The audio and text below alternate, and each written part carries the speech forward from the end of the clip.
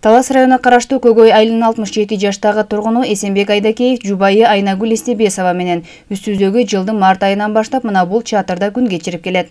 Ал эми күз мезгилинин суук күндөрүндө чатырда жашаган кыйын болгондуктан мына бул 2 бөлмөлүү үйүн бүтүрүүгө аракет кылууда.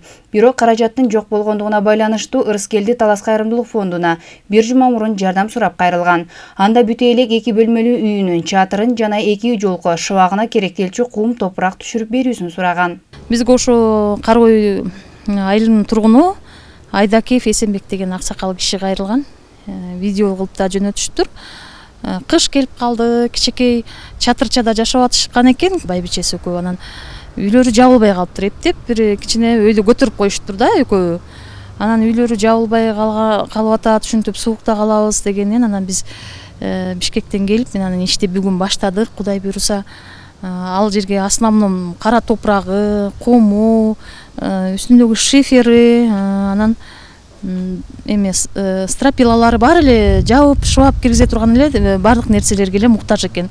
Анын келип ушу маселенин баарын Кудай буйруса азыр чечип бердик. Ырыскелди Талас кайрымдуулук фондунан бөлүнгөн 70 000 сомго учурда 40 дана шифер, 2 машина топурак кум түшүрүлүп, мындан тышкары чатырын жабууга колдонулуучу жыгач материалдары жана азык-түлүк менен камсыз болгон. Ал эми жумушчу топ тагдырдын оор сыноосуна кабылган үй бүлөгө кайдыгер карабаган айыл жаштарынан түзүлүп, бир жума ичинде 2 бөлмөлүү үйдүн чатырын жаап, ички тышкы шыбактарын шыбап, толугу менен бүтүрүп берүүгө аракеттенишүүдө. Балдар жап атат, бекер иштеп берип атат, анан жанагы иштей турган малдарды өзү каржылай турган болду да.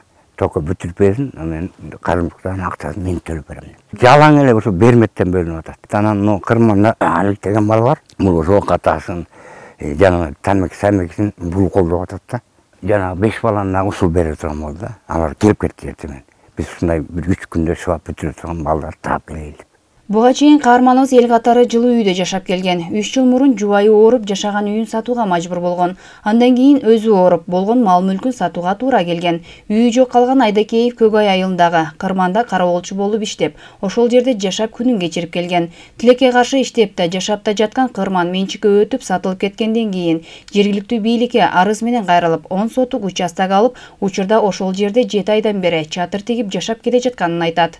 Сатынан токтом чыгарып бергенден кийин мен келдим бери чийдирип, анан палатка менен көчүп келдим дагы марттын 18-inde. Ошону бер агырот майдадан кармадым тегеретти. Бирөөдү саттым. Анда фундамент койдум. Сокманын экинчисине жарына жеткенче жетти каражатым. Анан токтоп калып, ушул акыбар болуп калды. Ырыскелди Талас кайрымдуулук фонду Эсенбек Айдакеевдин үй бүлөсүн октябрь айынын соңунда жаңы бүткөн ак өргөсүнө киргизгенден кийин да үйгө керектелчү буюм тайымдар менен дагы камсыз кылаарын убадалашты. Чолпон Сабитова, Чыңгыз Бокошов, Талас району.